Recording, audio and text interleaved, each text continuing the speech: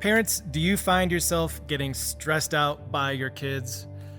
Me too. We're going to talk about that in this series. And today, as we get started, I wanted to start by challenging you, as I've challenged myself, to start seeing my kids a little bit differently.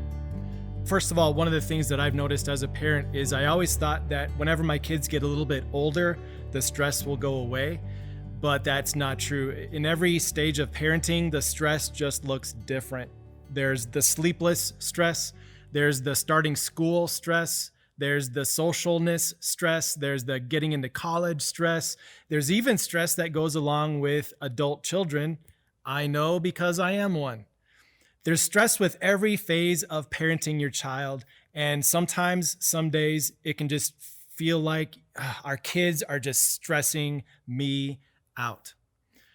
First of all, what I want to do is today we're going to look at a section from 1 Samuel chapter 1 as we look at the story of a mom named Hannah, but there's a little bit of a backstory to her. And for me, her story really brings some clarity as to my role as a parent and who I get to parent.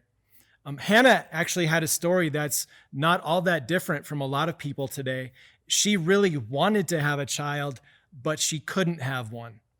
She looked at all the other mothers around her and she saw their kids and how they were growing up, but Hannah could not have a child of her own. So she prayed and she prayed to God for a child. And for me, her story makes me as a parent pause, and maybe you too, and just be thankful for the stress that we do have as parents.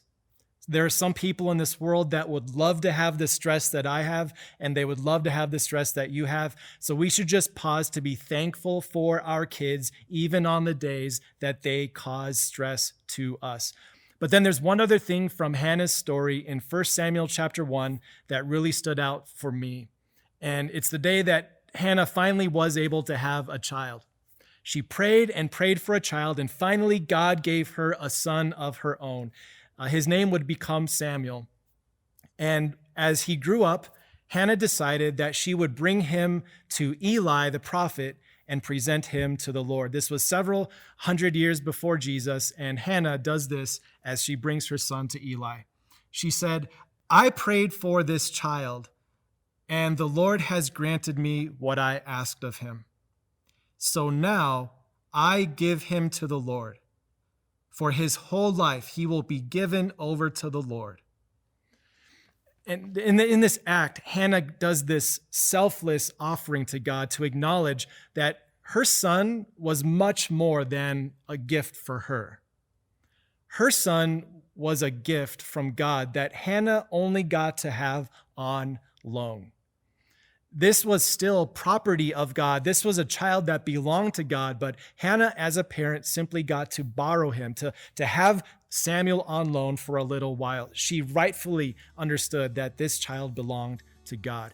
And as a dad myself, this is something that has helped me see my role as a parent much more clearly. We often talk about kids as being gifts from God, and they are. But your child, your children, they're so much more than just gifts to you from God. They still belong to God. Really, a child is just on loan for us for a while so that we can grow them and nurture them, and then they'll become a person out in this world. What would happen this week if you started to view your children the same? These aren't just gifts to you to make your life better. These are gifts on loan to you from God. You'll only have them for a while to grow them and develop them until they go out into the world. I know this won't take away the stress of parenting, but it will help you to see clearly who your children are and whose they are.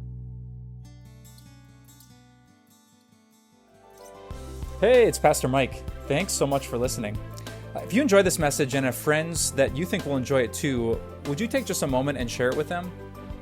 Sharing not only helps this podcast gets discovered, it also helps tons of other people learn about the unconditional love and the general awesomeness of Jesus.